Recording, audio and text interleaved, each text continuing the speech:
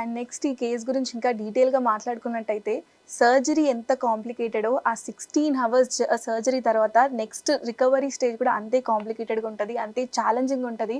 ఎందుకంటే అంత 16 hours all the team efforts ఇంకా పేషెంట్ కేస్ అన్ని థింగ్స్ కూడా మ్యాండేట్గా ఫ్యాక్టర్గా ఎఫెక్ట్ అవుతూ ఉంటాయి. సో దాని గురించి క్రిటికల్ కేర్ డిపార్ట్మెంట్ తోటి మాట్లాడదాం. మనతో పాటు కార్తిక్ గారు ఉన్నారు, భరత్ గారు ఉన్నారు.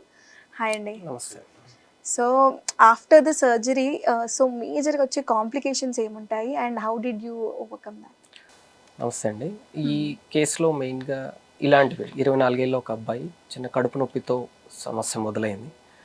దీంట్లో మనకు మెయిన్గా ఉండే ఛాలెంజెస్ ఇలాంటి రేర్ కేసుని ట్రీట్ చేయడంలో ఏంటంటే ఫస్ట్ అదొక సమస్యని డయాగ్నోస్ చేయడం, దాని ట్రీట్మెంట్ని ప్లాన్ చేయడం. సో ఇలాంటిది ఫస్ట్ కనుక్కోవడం, ఈ సమస్య ఉంది దానికి ఇలాంటి ట్రీట్మెంట్ ఇవ్వాలి అని ఫస్ట్ ఛాలెంజ్ ఉంటుంది.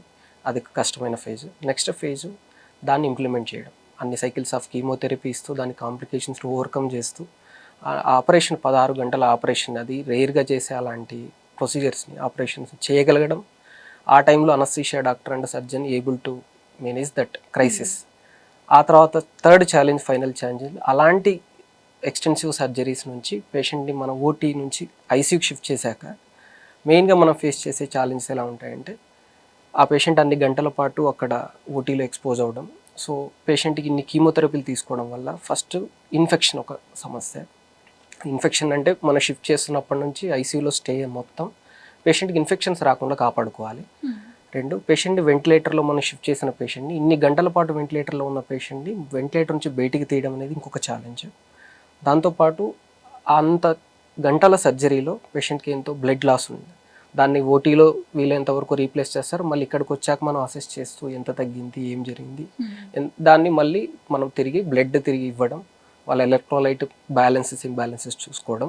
ఇవి దాన్ని మనం రికవరీలో పాటుగా ఛాలెంజెస్ మేము ఫేస్ చేసింది ఈ పేషెంట్తో. ఇది primary challenge what we faced is ventilator associated pneumonia ఉంటుంది. అంటే ఇంత త్వరగా వెంటిలేటర్ నుంచి పేషెంట్ని బయటికి తీసుకొస్తాం, that is the first step ahead to recovery. Next because we follow a particular protocol enhanced recovery after surgery అని. ఇలాంటి కేసెస్ సర్జరీ ఎంత ఇంపార్టెంటో ఫర్ సర్జన్స్ అంతే ట్రస్ట్ వాళ్ళకి critical care department, anaesthesia department మీద అంటే we have to live up to that. So treating infections, blood disorders, electrolyte disorders, these are all the primary challenges that we are facing. And systemic infections was the biggest trouble. And initially మేము larger antibiotic పెట్టేసి we started our treatment. 2 days తర్వాత ventilator నుంచి బయటికి తీసుకొచ్చాము. And then came the electrolyte imbalances, బాడీలో magnesium, potassium, sodium తగ్గడం పెరగడం. That was the main challenge to face. So బాడీలో ఎన్నో డ్రైన్స్ కూడా ఉంటాయి.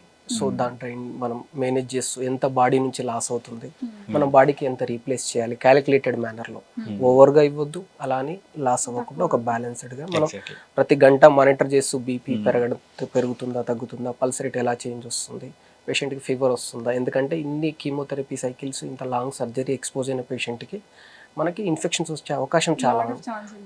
సో వీటిని మనం క్యాలిక్యులేటెడ్ మేనర్లో కంటిన్యూస్ మానిటర్ చేస్తూ ఒక్కొక్క స్టెప్ని అచీవ్ చేస్తూ వెంటిలేటర్ నుంచి బయటికి తీయడం ఫస్ట్ ఛాలెంజ్. ఆ తర్వాత ఇన్ఫెక్షన్స్ రాకుండా ప్రతి ఒక్కరు సిస్టర్, మన ఐసీయూ టీంలో ఉండే అందరూ సిస్టర్స్, టెక్నీషియన్స్, ఎవరివైనా హ్యాస్ టు ఫాలో. ఒకరితో అయ్యేది కాదు, it is a team effort. 10 days మనం పేషెంట్ని ప్రొటెక్ట్ చేసుకోవాలి ఆల్ దీస్ ఇష్యూస్ నుంచి, ప్రతిరోజు మానిటర్ చేసుకుంటూ. ఇందులో మెయిన్గా first 2 days is on ventilator only. Ventilator నుంచి మామూలుగా ఏదైనా ఒక ఆపరేషన్ చేశాక సాధారణంగా ఇమ్మీడియట్గా మనం వెంటిలేటర్ రిమూవ్ చేసి పేషెంట్ని ఐసీయూకి షిఫ్ట్ చేస్తాం.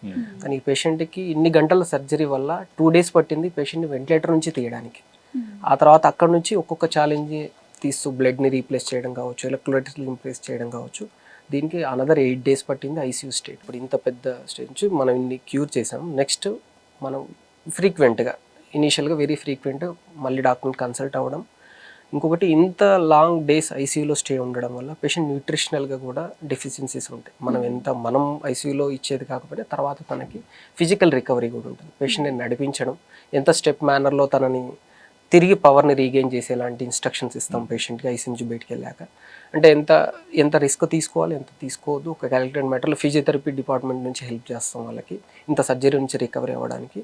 న్యూట్రిషన్ మన డైటీషియన్ మల్లారెడ్డి నారాయణ నుంచి వాళ్ళు టోటల్ డైట్ చార్ట్ అంతా ప్రొవైడ్ చేస్తారు. ఏం తినొచ్చు, ఏం తినాలి, ఎప్పుడు ఎంత తినాలి, ఇలాంటివన్నీ. So diet related, nutrition related and patient physical strength regain related ఇవన్నీ ఇన్స్ట్రక్షన్స్ ఇచ్చి ఫ్రీక్వెంట్ ఫాలో అప్లో వచ్చి కలవమని చెప్పి.